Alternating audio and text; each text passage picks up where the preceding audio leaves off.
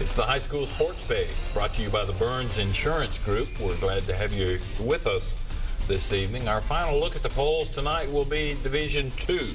We'll start with Division II AA. MBA and Brentwood Academy both picked up wins in Chattanooga last week, topping McCallie and Baylor, respectively. Christian Brothers remains at number 3, despite losing to LaSalle, Ohio, the number 8 ranked team nationally by Max Preps.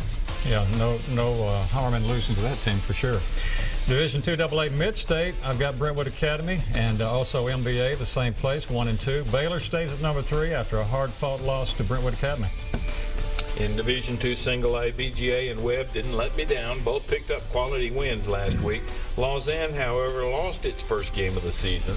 That coming to Harding Academy. I sure didn't see that one coming.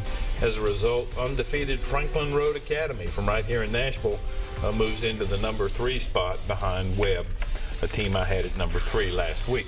BGA still number 1 with that win over USJ. Franklin Road Academy big over Mount Juliet Christian. They're still number 2. And Knoxville Webb replaces Friendship Christian at number 3 following a 16-0 shutout of the Commanders.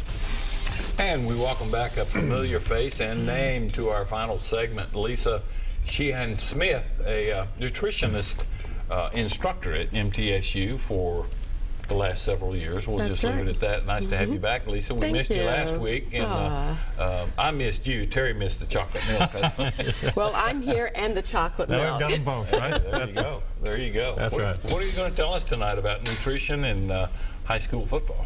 Well, what I thought would be a good topic is breakfast, because it's such a critical meal for athletes to have on a daily basis if they really want to achieve peak performance, because we have been fasting overnight and now it's time to refuel, get some fuel to that brain. They're going to be in school all day, so they need to be able to function, and then they need some energy and some nutrients to provide those working muscles, you know, what they need to get through their training sessions, whether it's morning sessions, late afternoon, and then of course those games. So what I've brought with me today are 2 quick, easy, delicious, and of course nutritious meals. So you don't have to spend an hour putting all of this together. No, these are all really grab and go when you look at it.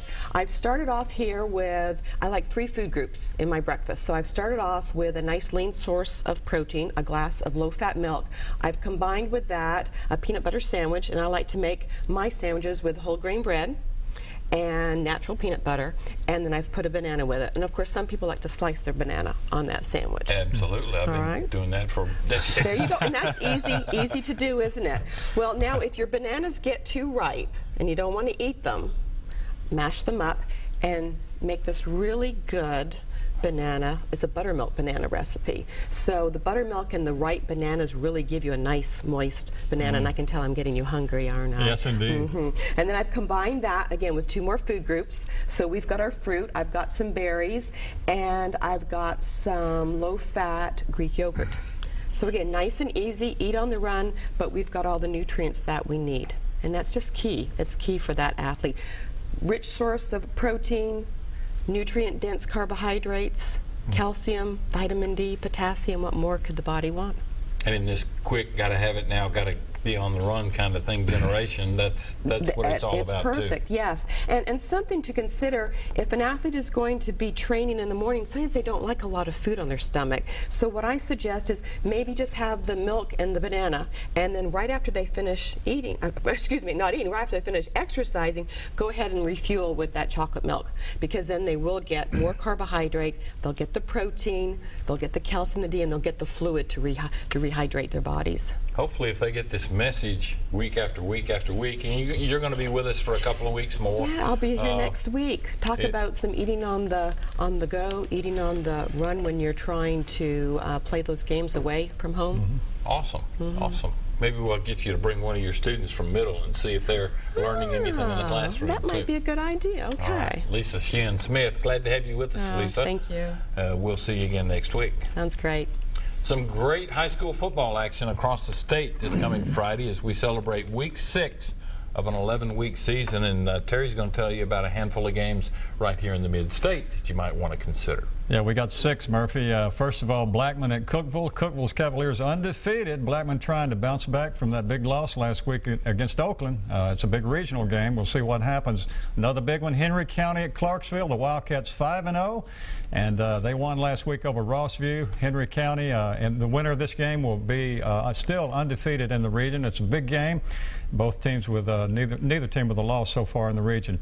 Region 3-6A, McGavock at Overton. Overton has won 4 in a row. First place is on the line here again, both without a regular season loss. Then down in Lewisburg, it's Stratford at Marshall County. Not a regional game, but both teams 4-1. Stratford trying to bounce back from that loss last week to White House Heritage. And BGA at Page.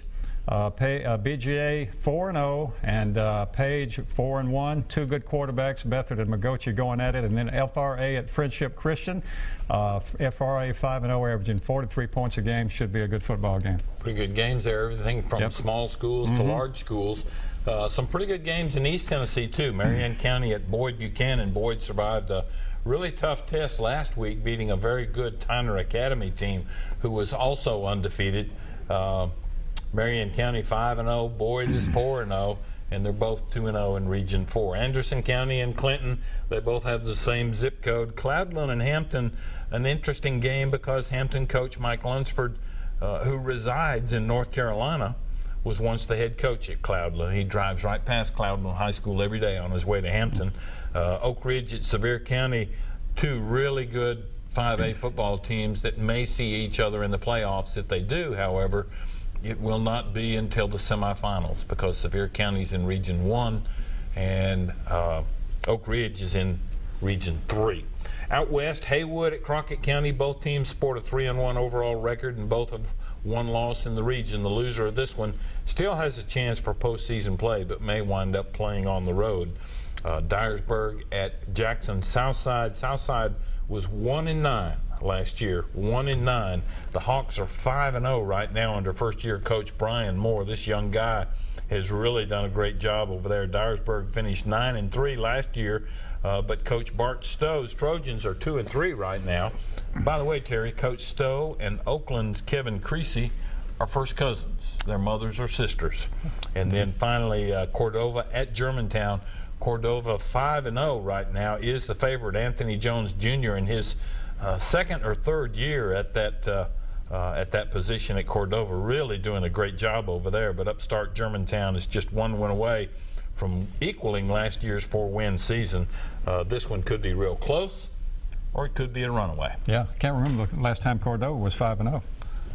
It would go back a ways. I know, though, that they went very deep into the playoffs in their first year as a varsity football program.